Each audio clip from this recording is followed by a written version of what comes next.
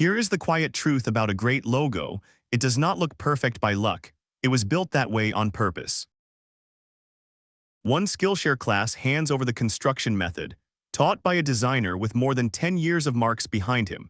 More than 55,000 students have sharpened a pencil for it. This is logo design with grids, timeless style from simple shapes, taught by George Bokhua. 9 lessons, 31 minutes, pitched at intermediate and spent mostly on paper. Here is the plan: why designers grid at all. The 4 grids worth knowing: 1 letter R taken from sketchbook to Illustrator, and what 55,000 students made of the whole thing. Lesson 2 starts with the mechanics.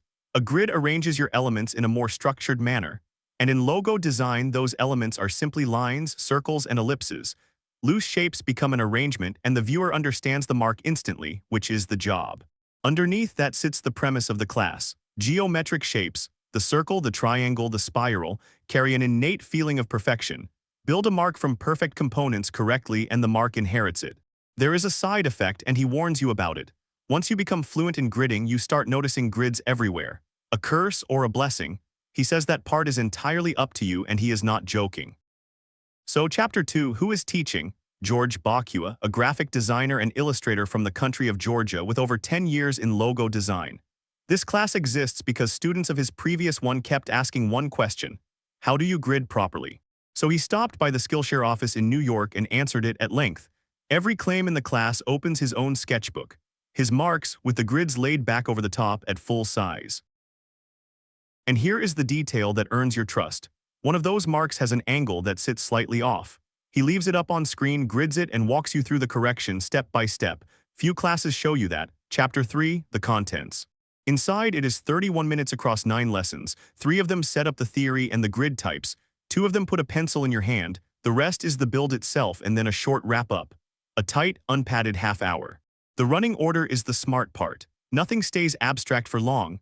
By lesson 4 you are sketching, by lesson 5 you are gridding on paper, and by lesson 6 the mark is being rebuilt in Adobe Illustrator. Theory, then pencil, then software, in that order deliberately. Notice how late the computer arrives. And one lesson dwarfs the others. Executing the logo in Illustrator runs 9 minutes and 26 seconds, close to a third of the class spent on a single letter. First, the toolkit. The dot grid comes first with roughly 5 millimeters between the dots, close enough to guide the pencil, faint enough to stay out of the sketch. Then the square grid, worked at 90 and 45 degrees, the one most of his own marks are built on. 2 grids and a simple letter form will rarely ask you for anything else. Both are free and both are older than any software you own. Then it gets more interesting. Add diagonals to the square grid and every line in the mark becomes 0, 45, or 90 degrees. The logic behind the 1972 Olympic pictograms, which he pulls up as evidence. Swing the whole field to 30 degrees instead and flat shapes gain a third dimension. Any complex form, he argues, reduces to a handful of fixed angles. Then he opens the sketchbook, 4 full minutes of his own logos with the grids laid back over the top, including the one grid that caught a mistake. Start with the swan. Some subjects hand you the mathematics. A swan's neck is a golden spiral already, so the mark is drawn on the golden section and the curve stops being a guess. The shape was always there in the bird itself. The grid simply proves it and the mark reads as inevitable. The second example is quieter and more useful day to day. Once the mark sits on a grid, the word mark can be hung off the very same lines. Logo and type stop being 2 objects that happen to sit near each other. They become one ordered arrangement, held together by the same handful of lines. The third example is the honest one. On one of his own marks, the angle is slightly off. Unaided, you would never catch it. Put the grid back over the top and it is obvious. The same drawing then sets the exclusion zone, the clear space no other element may enter. Now the project. It is a letter form, and the first decision is which letter shape to play inside. He picks the geometric R over the more illustrative one for a simple reason. The geometric version is already a triangle, a circle, and 2 squares. Choose a shape you can design inside and the work starts easier than it should. Then comes the advice most classes skip.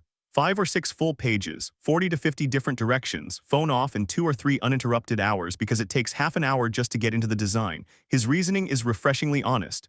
Ideas rarely arrive before the pencil does. They turn up on the paper, often by accident, and your only job is to notice them. Lesson 5 is where the mark gets its manners. The square is divided into thirds, the 45-degree lines go in, and then comes the detail that separates a drawn mark from a designed one. White space reads thicker than black. Black carries more gravity. So the ink takes 3 units, the air takes 2, and only then does the mark look even. Compass and ruler do the rest, and they do more than you would expect. He advises doing your absolute maximum during the sketch because every decision made on paper is one you do not pay for on screen. By the time the pencil goes down, he calls the mark around 70% finished. The software only ever gets the last stretch of it, and that is the point. Better sketching is cheaper than better software. Lesson 6 opens Illustrator, and the first job is not drawing.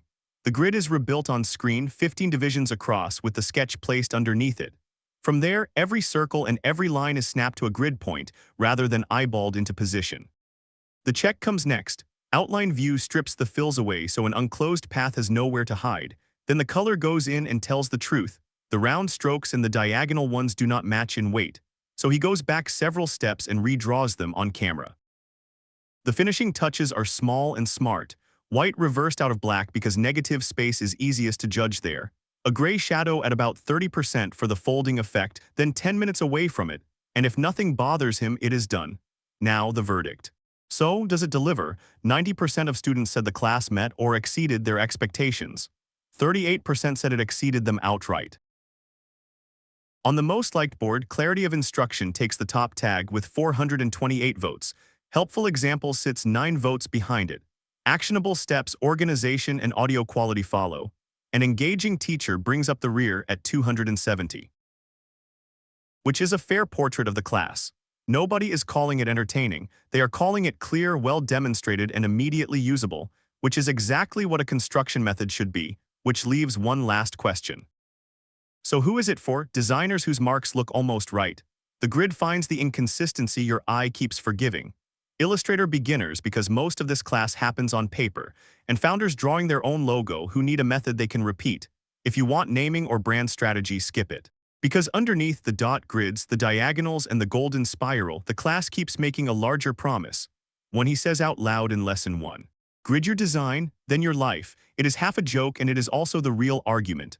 Order is a habit, and it starts here with a circle, a triangle, and a square, arranged on purpose rather than by feel. Which brings us at last to the verdict. So the verdict, worth 31 minutes. Comfortably, you leave with 4 grid types, a weighting rule for positive and negative space, and 1 complete build you can repeat on any letter you like. It is included with a Skillshare membership, and there is a free trial. So half an hour of your evening is the entire price. The method, though, keeps working for as long as you keep drawing marks. One last thing before you go. Click the link in the description. It gets you in free through Skillshare, then do the exercise properly. Pick a letter, fill a page with 40 directions, and grid the one you like best. Then post it because the class projects are worth reading too. That is the assignment. See you in the next review.